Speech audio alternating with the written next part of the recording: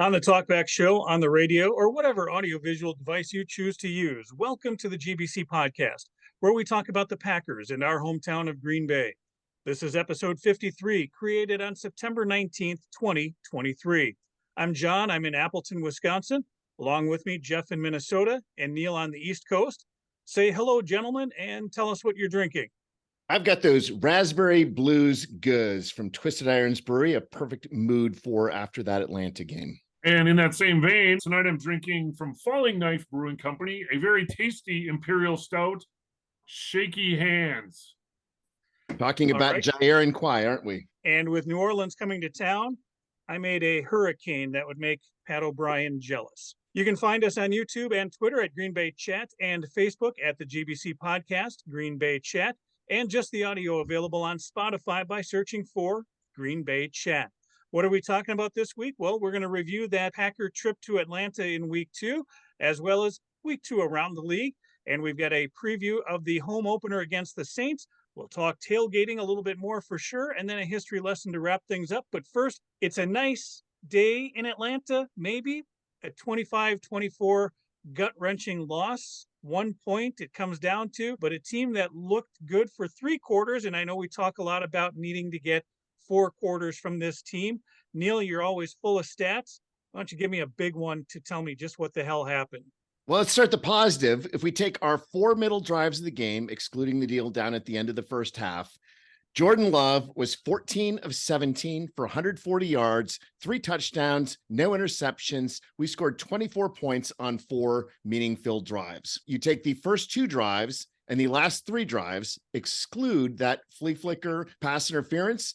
We had 16 plays over 5 drives for a total of negative 12 yards over 5 drives. Jordan Love, 0 of 8, a sack for 11 yards. A.J. Dillon, 6 rushes for 18 yards. That pretty much defines our game against Atlanta.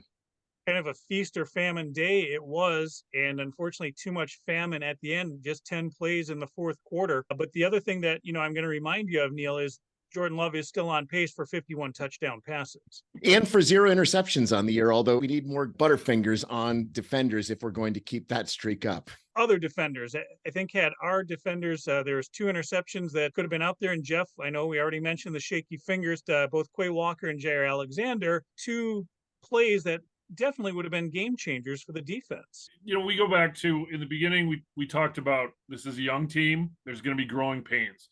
I think pretty much the asshats, we had the defense, we had the offense. There were all phases that there were just like, oh God, that's what I chalk it up to. That this was a learning experience. The fact that they were in this game, the fact that they really, really could have won this game, could have been 2-0. The importance of starting 2-0, 3-0, I'll talk about that later, but it feels like we should have won this game, but yet it feels like we just got our ass kicked too. Not just in the game, but in control of the game, a 12-point lead going into the fourth quarter. Well, and it's broken tackles or missed tackles or not even trying to tackle. That kind of became a theme in the fourth quarter. We saw it time and time and time again. Joe Barry should not be fired. Okay, just jump right in there. It seemed like there was a lot of social media heat on the defense, and just we got to fire Joe Barry and we got to start over, and this is untenable. I disagree, but there was a breakdown all over the place. Let's go right away onto that first drive, right? So we have that beautiful flea flicker to start things off. Defensive pass interference, just going for the gusto right off the bat. I think everyone just absolutely adored that. We get to the Atlanta 28. Dillon 3 yards, incompletion. Rasheed Walker, false start, incompletion. We line up for the field goal. We have a false start, and we punt from the 38-yard line. That was an absolute missed opportunity, involved failures on the offense and on the special teams right away on that first drive. Other than that pass interference, 3 plays for negative 7 yards net, other than the pass interference. And taking ourselves out of field goal range, although I don't entirely understand why, even though it was a 4th and 17, why we decided to not kick the field goal there, because you're not getting that many yards off of a punt. I mean, we got 18 yards net. And isn't this why we've got Anders Carlson, is to make those really long field goals and at least have a chance? I just didn't understand what our benefit was unless we were certain that we were going to get it inside the 10. And you can't be certain of that. Well, not only that, but I mean, it's in a dome. It's a climate controlled environment. It would have been a 57-yard field goal, which would have been really long, but also in a dome, I think makeable, right? We talked about how big of a leg that Carlson has. Give him the opportunity, give him the chance. Because if they miss the field goal, yeah, Atlanta's going to get good field position. But like you said, they kicked in the end zone. So there wouldn't be that big of a difference. And then going to missed opportunities in the next drive. So our defense held, we get a Rasul Douglas interception on the next drive. We get the ball back, and in 3 plays, we go negative 12 yards. Dillon for 4, Wilson for -5, a sack for -11. And we basically do absolutely nothing with that great field position we had from Rasul Douglas's interception. You'd like to think that they could have overcome that, and they almost did overcome that. And we were texting towards the end of the game, and I'm like, boy, I hope these don't come back to bite us. You know, when we're up by 12 in the fourth quarter, you're thinking, okay, looks like they might have this in hand. And then it all fell apart. Well, like I said, too, kind of a feast or famine. And I think at that point, too, Jeff, I think I said, boy, I would take a low scoring defensive battle. I would be okay with that. But then the feast comes in, Neil. You've already alluded to it. It really picked up after that. Things started to click. And we started to have long drives, right? See, the first touchdown drive, 11 plays, 84 yards. Second drive, 10 plays, 44 yards, getting that field goal before halftime. The first drive of the second half, 6 plays, 65 yards. Our last drive that ended up scoring 4 plays, 79 yards. But we at least had several sustained drives that required all of the offensive cylinders to be clicking. And indeed, there were some beautiful plays. And Jaden Reed, once again, with an absolutely fabulous game, being an absolutely dominant player. We had some huge possession plays by Romeo Dobbs, and then Dontavian Wicks also with some major contributions, including a touchdown, his first touchdown as an NFL wide receiver. I mean, there were a lot of great things that were going on. And related to that, one of the other talking points that's been going on has been about AJ Dillon and how tough a game AJ Dillon had. Well, I just rewatched that game, and AJ Dillon was really good for a lot of the game. And there were just a couple of plays where we did not do particularly well. But overall, yeah, Dillon was 15 rushes for 55 yards. That's not quite 4. But overall, we had 3 rushes for 5 for Wilson, 1 for 1 for Taylor. Is that we couldn't get anything going from anyone else as well. And therefore, we had to go with Dillon. And I think there absolutely were issues in the fourth quarter with play calling from Matt LaFleur as far as, well, we've just got to hold on to this lead. And that contributed to the failings in the fourth quarter. Well, not only play calling, but also just who's going to block for him on the offensive line. I think that really affected things as well. They just got out of sync, discombobulated, probably tired in the fourth quarter as well. They couldn't block either offense or defensive lines, unfortunately, and it showed. And Atlanta they seemed to they wanted it more at the end. Clearly in the fourth quarter, there were some kind of gutsy calls, and they actually paid off, though. Going to the offensive line, I think it's true that there were issues with getting tired, but everything that was a deficit for the Packers as far as their line was concerned was associated with the run. So if you look at the PFF grades for our offensive line, we're somewhere between the mid 60s to 79 for our pass blocking grades. So we did perfectly fine as far as the pass blocking. It's the run blocking grades that are pretty much a disaster. Zach Tom, 79 pass blocking, 44 only as far as his run blocking. And sort of globally, Myers was the only person who did well on both pass blocking and run blocking. We had the same issue as far as the defense is concerned. Our grades, Kenny Clark, as far as pass rushing, an 80, obviously had a number of huge plays, especially in the first half, but our run defending grades overall were very poor for the defensive line, other than a couple of small exceptions, those exceptions being our linebackers. This, which is what the eye test was, is that our front 5 just had problems making the tackles, problems holding, problems containing. The other thing that I was surprised about on the offense is that the tight ends didn't get involved more when the running game kind of wasn't going on. You didn't see it. The tight ends really didn't make a difference this game.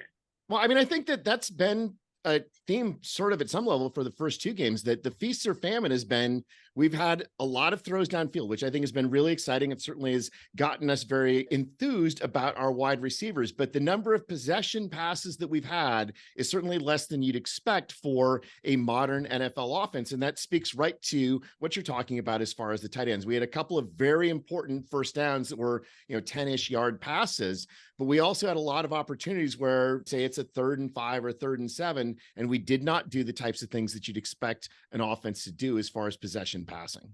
Yeah, well, just in general, though, the number of plays that the Packers ran versus the number of plays that Atlanta ran, I think that was shocking towards the end. Right, and that's a big factor late in the game, especially the fourth quarter. We run a total of 10 plays in the fourth quarter. I look at it 2 ways. One, with the number of plays. I mean, Atlanta had 20 minutes of possession in the second half, just over 20 minutes. We were just under 10 minutes. That gets your defense gassed. The defense is tired. And then it also gets the offense stiff. I mean, these guys, you could tell when they got out there, they couldn't get into a rhythm. They just weren't warm. They weren't ready. And something just happened in that fourth quarter where they needed to make a play and it just wasn't there. Let's just look at those total numbers. 224 yards of offense for the Packers, 446 yards of offense for Atlanta. At some level, we shouldn't have been in that game at all if you just look at those numbers. And yes, there was this huge gap in the fourth quarter. It was 168-11 for yards, Atlanta versus Green Bay in that fourth quarter. Passing yards, 119-0 in the fourth quarter. I was actually kind of shocked when I went through the numbers. They didn't destroy us by running in the fourth quarter. They did sort of when they got near the end zone for that last field goal, but they only had 47 yards of rushing in the fourth quarter. They weren't controlling us as far as just running all over our defense, even though that's certainly how I remember it. It's actually the passing game. And then they threw that in with the runs that essentially took care of us. And as far as the running game is concerned, I think we have to call out a couple of players who had problems in the run game. And I think Rashawn Gary is player number one, that he clearly is not yet into his full mode as far as being as effective as he can be, certainly against the run. There were at least 3 plays that I can remember where Gary just basically missed the angle that he needed to do in order to make the play. But he wasn't the only one. There was enough blame to go around. It seemed like, I said before, Atlanta wanted it more in the fourth quarter. The Packers just were sort of, like I said, whether it was tired, whether it was complacency, what have you, whether they were just young. I don't know, or inexperienced. Then there's the sort of the infamous play where you can't call it, it's not a butt fumble, but sort of where Love, stumbles over his center, and he took responsibility for that. It looked worse than it was, I suppose, and it was a huge play, right? It was a 4th and 1. If that was properly called, they could have got a first down there, right? And they could have run more clock, et cetera, but that's kind of one of the takeaways. Awkward stumble forward where Love was the only one going, but he did take responsibility, which I think was important. Yeah, and I think you're right. I think that goes to experience. But I want to actually go back to a point that John made earlier, that we played well for 4 quarters, and we were beaten in the first half too. We had a really good second quarter, but even if you look at the numbers, so you look at the numbers and it's easy to say, well, they just blew us away in the fourth quarter. The total yardage numbers for the first half was Atlanta 212 to Green Bay 118. They had almost 100 yards more than we did in that first half of the game. And a lot of that has to do with the fact that we were ineffective for a lot of the first quarter, but they essentially had as many yards in the first half as we had in the entire game. So I think at some level, trying to take the cold, sober approach of midweek after the game is done, I think at some level we were pretty lucky that the game was as close as it was. We made a lot of really good plays, and Jordan Love on all of those touchdown passes was really exceptional. We got 2 really big pass interferences, both of which Jordan Love made a great pass that forced the pass interference. And so Jordan Love does get credit for both of those pass interferences. If that's not a good pass, there's no pass interference. But by the same token, there is very much we are still trying to figure things out. And I think those overall numbers really speak to the fact that we may not have been anywhere near as good as we thought we were when we were ahead by 12 points going into the fourth quarter. Kind of a positive, though. Quay Walker, yes, he dropped the interception that hit him in the hands, but he had 17 credited tackles. I mean, come on. Right? That's impressive. And they weren't Blake Martinez tackles where he was hitting them, 10, 12 yards deep. I mean, again, rewatching the game, I was just amazed how many of Quay Walker's tackles were him moving forward and getting somebody and making a play that was close to the line of scrimmage. And Devondre Campbell, I should add, also had 14 tackles in the game. So our linebackers, we said they had to play huge. The linebackers certainly did what they needed to do in order to win the game. On the other hand, our defensive backfield, maybe not so much. And I'd say Jair in particular had a really rough game. I mean, obviously the dropped interception, I mean, that was 4th down, right? When it hit him in the hands, but he had a lot of open space in front of him too. So could that have been a pick 6? Maybe. There were just a few other times too, where either it was the wrong angle because they ran a lot. Obviously the defensive backs were forced to come up to the line and tackle. And there were a couple times where they just really didn't seem particularly interested in putting their head in there and making the tackle. Now, on the other hand, Bijan Robinson was an absolute beast in that game. And I think that he is somebody who is going to be a stud in the NFL for a long time. He had 172 combined yards rushing and receiving in that game. And he just looked like the best player out there when we were facing their offense. Totally agree. They went to him when they needed to. Man, there was a couple moves, some of those ankle breakers that not Barry Sanders exactly, but pretty darn impressive nonetheless. I mean, there were some bad angles, but man, there was a couple times where like you thought he was dead on in the backfield, dead to rights, and he certainly wasn't. So I will be watching him. He was pretty excited to watch, and I think they used him really well, especially out of the backfield, because he could catch the ball as well, really keep the defense off balance, literally and figuratively. One other element, though, of things that we did not do well, Desmond Ridder dropped back 33 times, and we only got 1 sack total on Desmond Ridder. Obviously, he's still an elusive player, but he's no Justin Fields, and we did a lot worse against Desmond Ridder than we did against Justin Fields. John, do you think their offensive line is a little bit better, or just what factored in? Yeah, I was really surprised that he only got sacked once, because as a rookie, too, you were pretty much a rookie, you'd expect that he would just kind of linger too much or hold the ball too long, but that didn't really seem to be the case. I really don't have an answer there, Jeff. I felt the defensive line did well. I mean, they put the pressure on. I think that, like you said, the linebackers did their job. It just felt a little bit, maybe a step off on everything. When we talk about that defensive scheme, it's not that anything was wrong other than maybe when they went to the soft zone, because you look at, again, those 2 interceptions, Jair and Quay, had those interceptions been successful, we'd be having a totally different conversation about the defense. So the fact that there's 1 interception and 2 near ones tells me that defensive front was putting the pressure on. They were doing what they needed to do in this game to help the backfield, because everything starts up front. I think overall I was pleased with it, especially our 2 rookie defensive linemen up there. I was impressed. I'm sorry. Again, rewatching the game, in the first half, you absolutely saw that there was pressure that was put on Desmond Ridder, but the problem is that they were able to adjust to it, and that pressure certainly decreased in the second half, and the total number of quarterback pressures was not very high in the match. And there was something about game planning, and Arthur Smith had a very good game as far as the way he called it, and that also relates to the fact that Atlanta only punted the ball once. They went for it on 4th down 4 times in the game, so we only had 1 punt return. So I guess we didn't have any negative contributions from the asshats on punt returns, at least.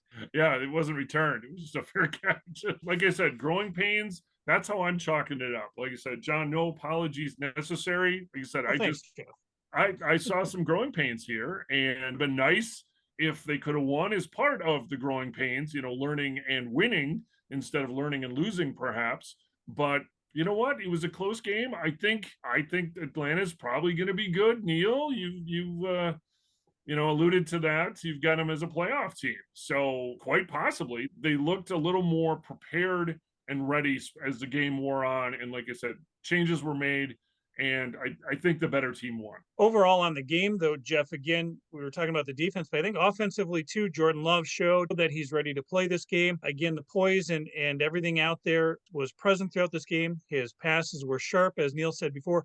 The pass interference, deep balls, he put it where it needed to be to get the penalty. The big thing is the quarterback sneak that failed.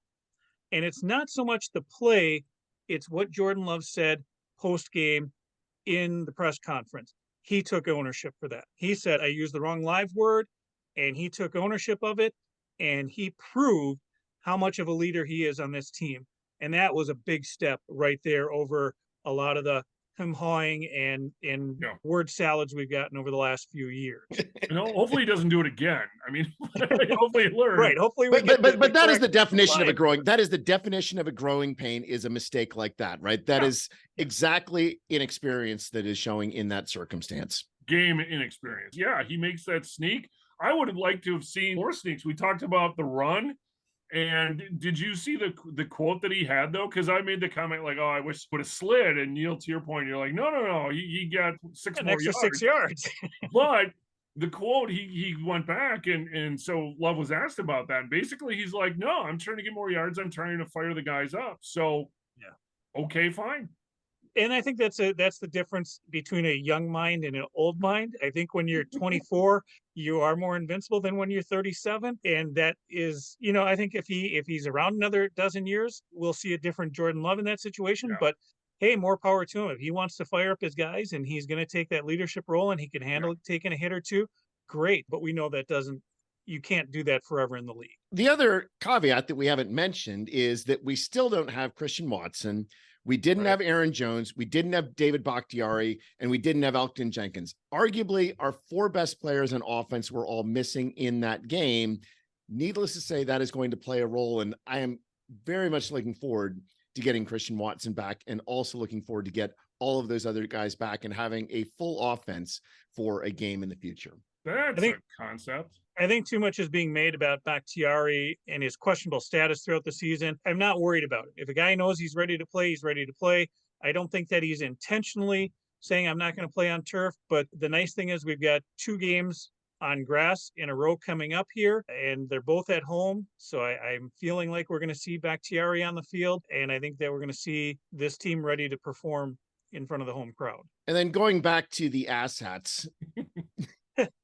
We always have to talk about the assets. I mean, I still think that we have to emphasize that delay of game on the first drive cost us 3 points. We don't have that delay of game. There's a decent chance that we win that game. I mean, that's the most frustrating part of the game is there are all these little things that if one thing had gone differently, we probably win the game. But I do want to also point out one other element of ass hattery, and that is Keyshawn Nixon returning 2 kickoffs, starting from 8 and 9 yards deep in the end zone, leading us to start 1 drive on the 16 and 1 on the 22, and we could have just let it go out. And I think that that's something where we were a bit too aggressive and hurting ourselves by not giving us the best possible field position. 8 and 9 yards deep is really tough. That's my one complaint.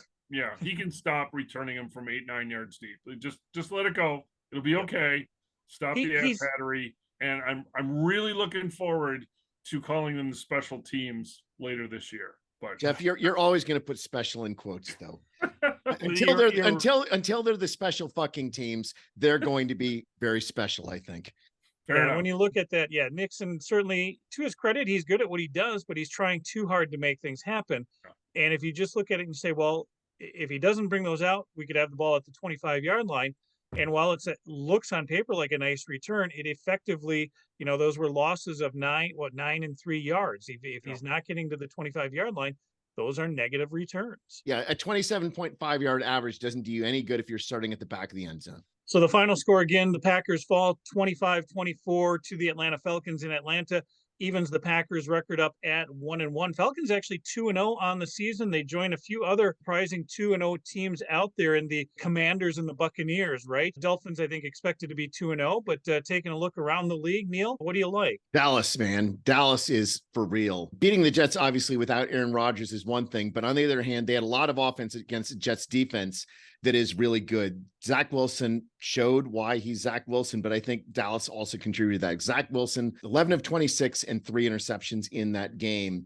And I think the overall objective statistics are what are most amazing about Dallas. So Dallas has the best DVOA on defense of any Cowboys team since 1981, which is far back as they calculate those statistics. That is, Dallas is ahead of all of those great early 90s Cowboys team. And their defensive DVOA is the 6th best of any team since 1981, the 6th best overall. And that's, comparing against like the mid 80s Bears teams and some of those early aughts Ravens teams. They are in that level as far as the quality of their defense. Really remarkable. And they are also only the 7th team since 1970 to be at plus 60 through 2 games. So they are absolutely dominating. And it's not just the eye test. They are historically dominating through 2 games. And of course, we've got to see if that's going to continue, but wow. My only gripe about that Dallas-New York game is that there's got to be a better rule in place for CBS to pull the plug on their game of the week, because when it was out of hand, early, they had to switch over to the Denver game. I was very upset that they didn't switch over to the Denver game just because it was a more competitive matchup. There was no way that the Jets were going to stay in that game. So whether it's CBS or Fox, when they've got the late national game, they need a better rule in place on when to pull the plug. Yeah, the rule is get NFL Sunday ticket, John. That solves all your problems. that would do it as well, yes. All right, well, how about the NFC North, right? They took the donut 0 for 4, so the Packers, we know they lost. But how about those other NFC North teams? Those Lions, those Bears, those Vikings. Oh, my. Yep, if you're going to lose, lose in a week when everybody else loses. Yes. But Detroit, in good old Detroit fashion, loses a game like nobody else does. The Lions just didn't want to win that game. They got it to overtime somehow, but just did not want to win that game. And that harkens back to the Lions of the old. Chicago, I just felt, was not in that game. And Tampa Bay, surprisingly, now 2-0. And this is a team that I think John, Tampa Bay is no longer in our division. I know. But they won the game. They but beat a the team Bears. that I expected to win, three games this season. And then just Minnesota, cheapers, creepers, who cares? Detroit is who we thought they were, right? I mean, right. It was surprisingly only 68 points in this game against Seattle when they've typically been going into the 80s the last couple times they played them. But they allowed 328 yards to Geno Smith, and I don't care what you're doing. If that's what your team is, then you're going to have an up and down season, and they look like I sort of expected them to be. And the Vikings going in, of course, to Philly on a Thursday night on a short week. No real big surprises there, right? Although they did, kind of towards the end. Looks like Philly might have fallen asleep a little bit. Once again, Kirk Cousins has a huge passing statistical game. Same thing with Justin Jefferson. But they have this little problem that they sort of can't run the ball, right, Neil? 9 rushes for 28 yards in the game, as opposed to 44 passes by Kirk Cousins for 364 yards and 4 touchdowns. I mean, it's comical. And, it's like they've got playoff Andy Reid other than last year coaching them every week, because, it's like they don't understand and don't give a shit whether they have any balance whatsoever. And God bless them. I hope they keep doing shit like this, because Kirk Cousins isn't going to be able to do that all year. No. And as one score games, remember last year they were 11-0. Well, now they're 0-2. So they've quickly regressed to the mean, past the mean, under the mean, whatever you want to say. They have regressed as we kind of expected. The games are kind of exciting to watch, frankly, but just no running game. And then going to the Bears, right? I mean, arguably the Bears actually looked worse in week 2 than they did in week 1. Yeah. They were outgained by 200 yards by a Buccaneers team that's not that good. Justin Fields was sacked 6 times by the Buccaneers. How long is it before the Bears start to actually decide that they have to give up on Justin Fields? Well, and another pick 6, remember? That weird, stupid pick six thing going. Rumor has it that the Bears, that same 3 plays they ran in a row, and the third play was the pick 6 for 6 yards for returning for the touchdown. But I mean, come on, that's just, if that's really in fact the case, that's not good offensive football for an NFL team. 49ers Rams, a surprisingly exciting 1-score game.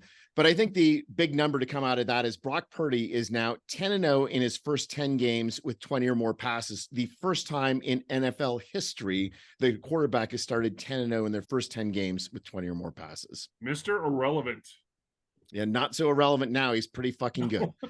Exactly. Kansas City also wins. We should also note the Dolphins are 2-0, but also 2-0, the New Orleans Saints, and they are coming to Green Bay. So that brings us to week 3. It is the home opener for the Green Bay Packers. The Saints coming to town. New Orleans, their defense, 1 touchdown and 8 field goals given up through the first 2 games. Defense is playing pretty strong. I think the big thing on this game, Jeff, is we should be thankful that it is not Monday night.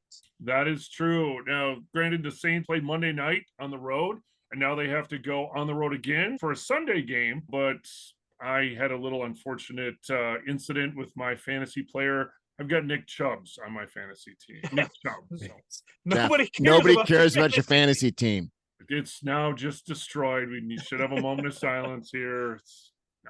And you believe there is now a curse on Monday nights? You know what? The last 4 Monday night games, there's been some catastrophic things happen. So I'm glad we're not playing Monday nights.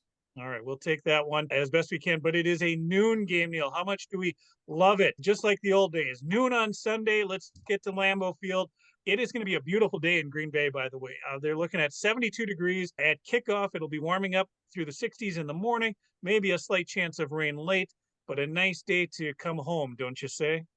Absolutely. So I will be at this game. I will be starting out the day at the Green Bay Distillery. Arsenal plays Tottenham Hotspur in the North London Derby. So I'll be hanging out with the Green Bay Armory. Then I will head over to Kait's Tailgate, head up to Lot 1 Tailgate, and into the game. But it's going to be a glorious weekend. You should be seeing things from John and me all weekend. And yeah, it's going to be a fun time at home. Once we get our social media back up and running. But as far as the game goes, we talked a lot about how the run defense looked this past week.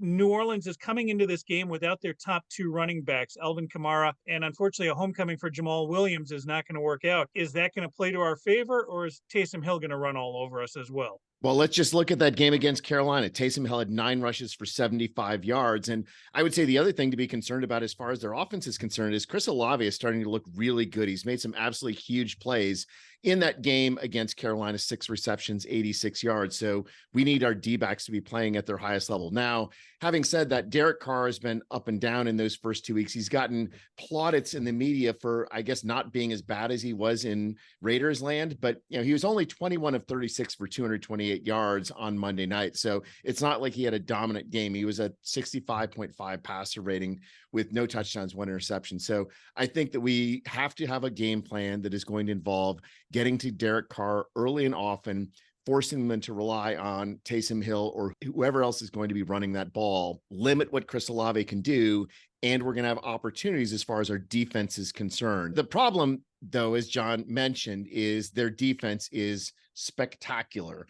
And it's not just what John mentioned as far as the scoring is concerned. They are the first team to ever go 10 straight games without allowing 21 points since the Legion of Boom 2013 Seattle Seahawks, who went 11 straight games without allowing 20 or more points. And looking at what they've done to the quarterbacks in their first 2 weeks of the season, Ryan Tannehill was 16 of 34, 3 interceptions, sacked 3 times. Tennessee only had 15 total first downs in that opening game, only 285 yards. And in the game against Carolina, Carolina only had 14 first downs. They only had 239 yards. And so both teams were held to under 300 yards. So where's our opportunity? Well, Tennessee was able to move the ball rushing. They averaged 4.7 yards per attempt rushing, and Carolina averaged 5.3 yards per attempt rushing. Both of those teams went over 100 yards rushing. So it seems that we've got to be going after them with the running game, and hopefully we've got Aaron Jones in order to do that. But most importantly, we have Lambeau Field Mystique opening weekend on our side. So the Packers, they're going for their 11th consecutive home opener win. Since 2019, the Packers have the best record in the NFL at home. Matt LaFleur is 20-4 against NFC teams at home, and the Packers are 3-0 in home openers against these New Orleans Saints. I mentioned it in the season preview, though, too, Jeff, and I will apologize again. I think this is a season where that Lambeau mystique is not there. I think some of the luster has worn off. And I think this is a game as well. I think that this defense in New Orleans is going to be strong. I did pick this game as a loss. I hate saying that. And I think that if we know Elton Jenkins is not going to play, he's out for a while. If we can't get Bakhtiari, and as Neil mentioned, if we can't get Watson and Jones on the field, it's going to be a very difficult day for this offense to get the ball into the end zone. And that's something that teams just haven't done in the first 2 games. In the first game, 5 field goals is all they gave up. Second game, it was 3 field goals up until 1:26 remaining in the game. That's when the first touchdown was scored against this New Orleans defense, and it was a touchdown that wasn't going to make a difference in the outcome of that game. It's a strong defense, and this young offense will have their work cut out for them on Sunday. Agreed, but it's not like New Orleans is blowing these teams out on offense either, right? These were both really close games, right?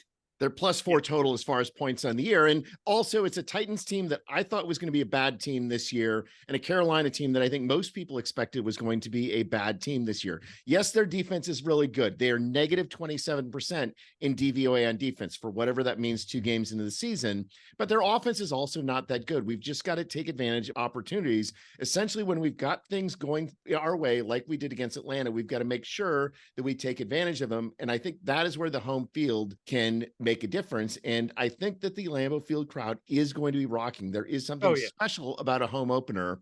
And I think that is going to make a difference in a way that the Atlanta crowd also made a difference at certain points in that game last week. Yeah, well, not only that, but as I said earlier too, this is a young team.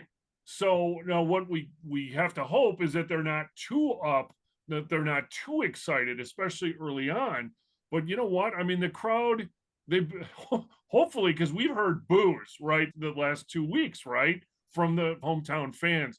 Hopefully, we're not hearing those boos from Packer fans, as we better not anyway.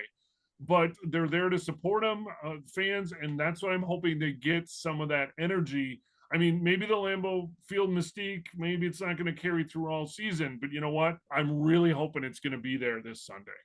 And again, going back to the fact that the Saints have 2 consecutive road games, they're coming to Lambeau after a road game on Monday night. That always makes a difference as far as outcomes in the following week.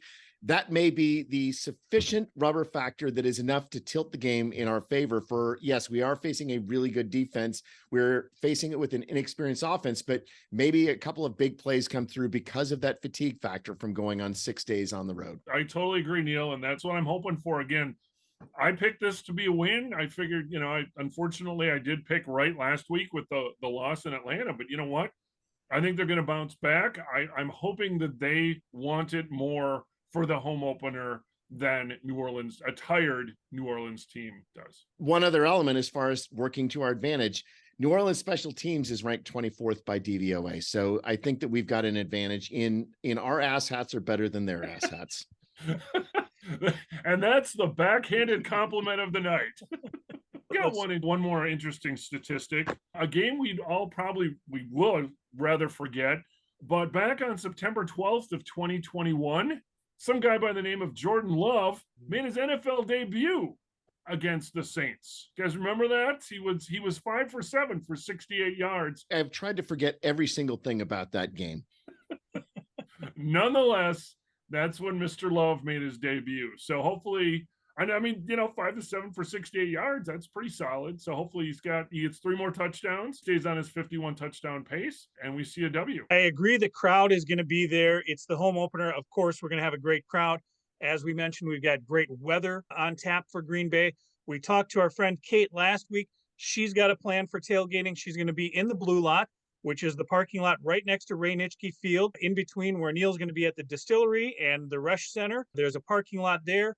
Their crew is going to be hanging out, so you can go meet the Cheese All That podcast ladies. They will be having a great time. Remember to bring Spotted Cow or cash if you're going to donate to hers. She does not want the Miller Lite, but go ahead and say hi to them.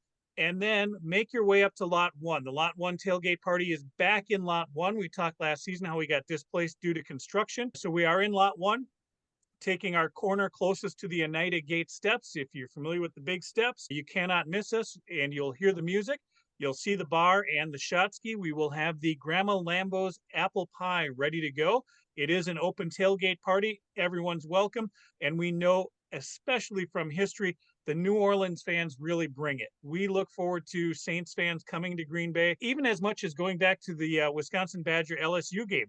Holy cow, do these people know how to tailgate and party? And I think they find a brotherhood with us in Green Bay, which is great. So you'll see a lot of black and gold, I think, on Sunday as well, which is fine. They're nice people. We'll take care of them. And as I mentioned, you can see the picture there. The shot ski come by, grab a sip, listen to some music, say hi.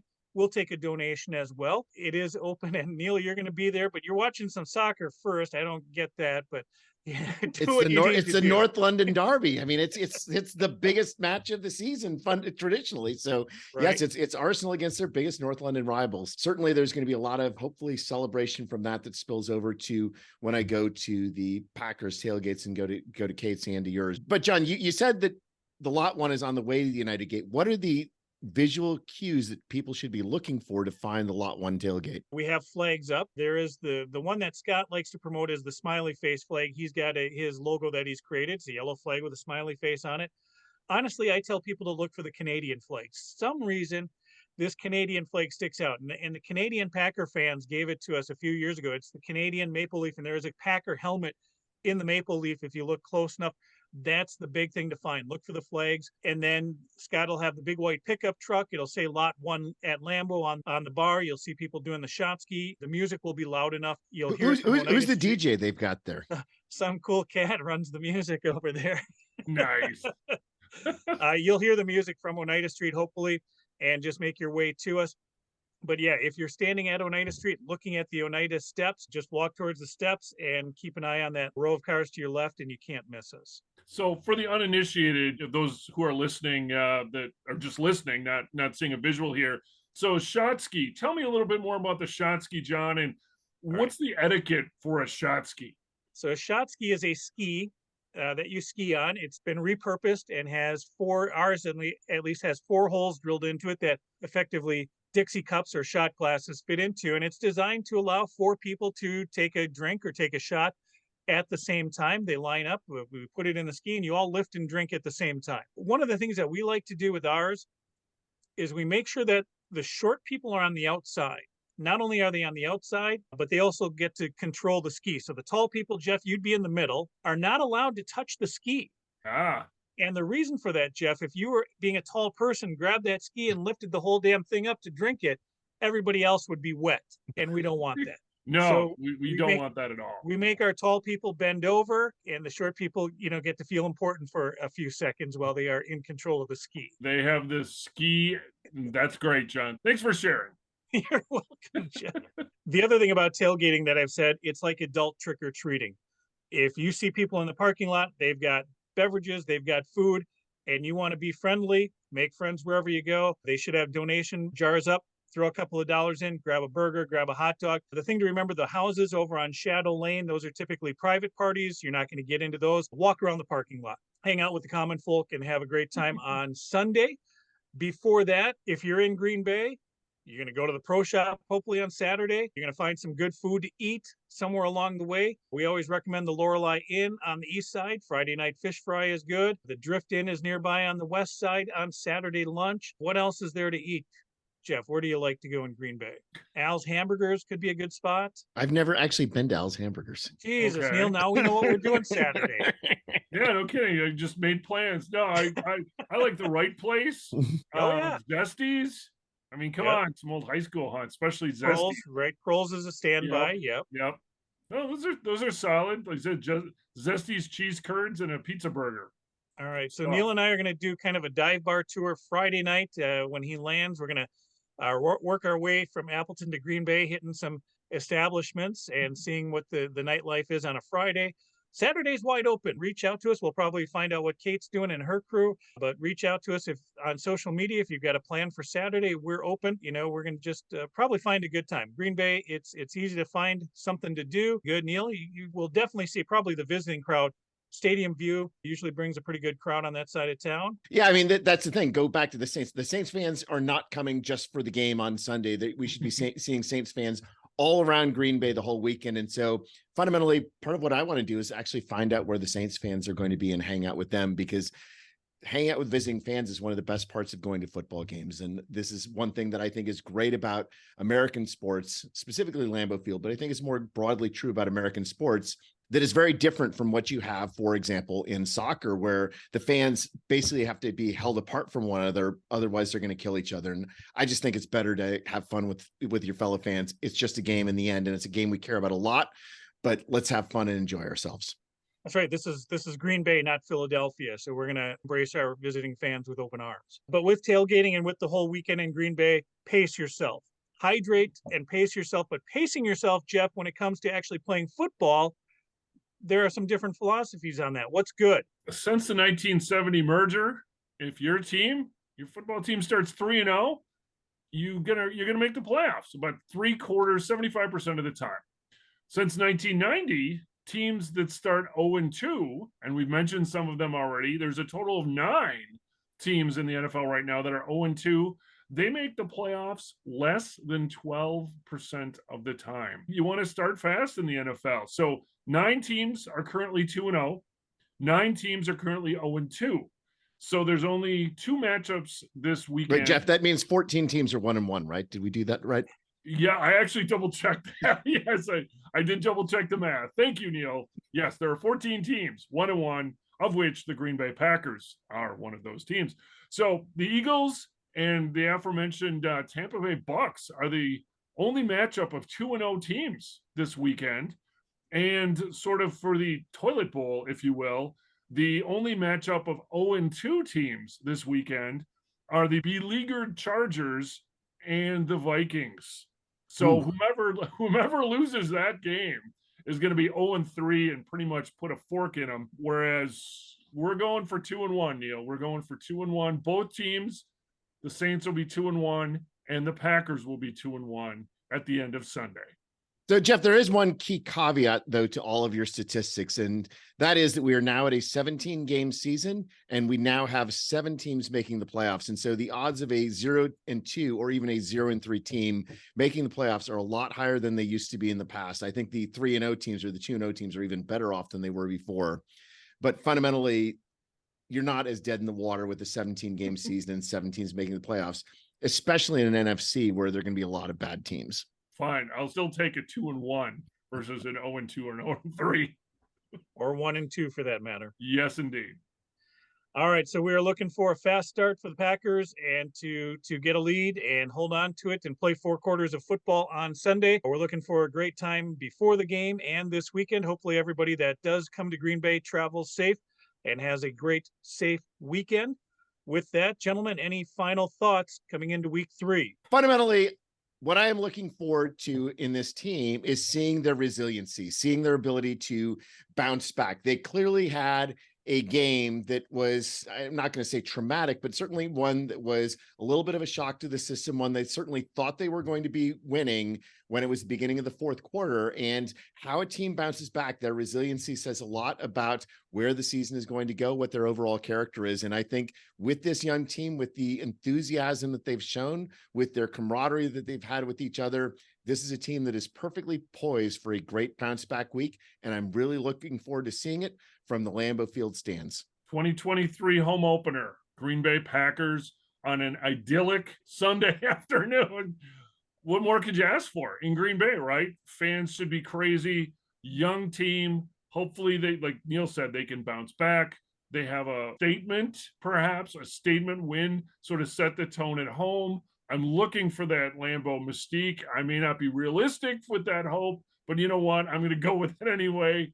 And I want that to happen. I'm looking forward to it. I will not be at the game, full disclosure. I will be here in Minnesota, and I will be inviting myself over to a friend's house who does, in fact, have a Sunday ticket. So we'll be hopefully spending time over there and watching the game and certainly communicating via social media. The only thing, Neil, I can think of that will be missing this weekend is the Chili John's chili. So we might have to find a place or two to get some chili on Saturday as well. So we've got tentative plans and some goals for this weekend. And going along with that, if anyone has suggestions for what is closest to Chili John's chili, I think the closest I've found is Fox Harbor, but I'm looking forward to other opportunities for Green Bay style chili in the Chili John style. I think if we gave my mom enough notice, she would make us some. Let's shoot for trying to get it in October. How does that sound? Sounds good. All right. If you're watching us on YouTube, then please hit subscribe and leave a comment. You can find the GBC podcast at Green Bay Chat. That's all one word on Twitter, Instagram, TikTok, Snapchat, and Spotify. And on Facebook, we are the GBC podcast, Green Bay Chat. And as always, may you fully appreciate the magnitude of your impending good fortune. Thanks for joining us. Good night. Good night.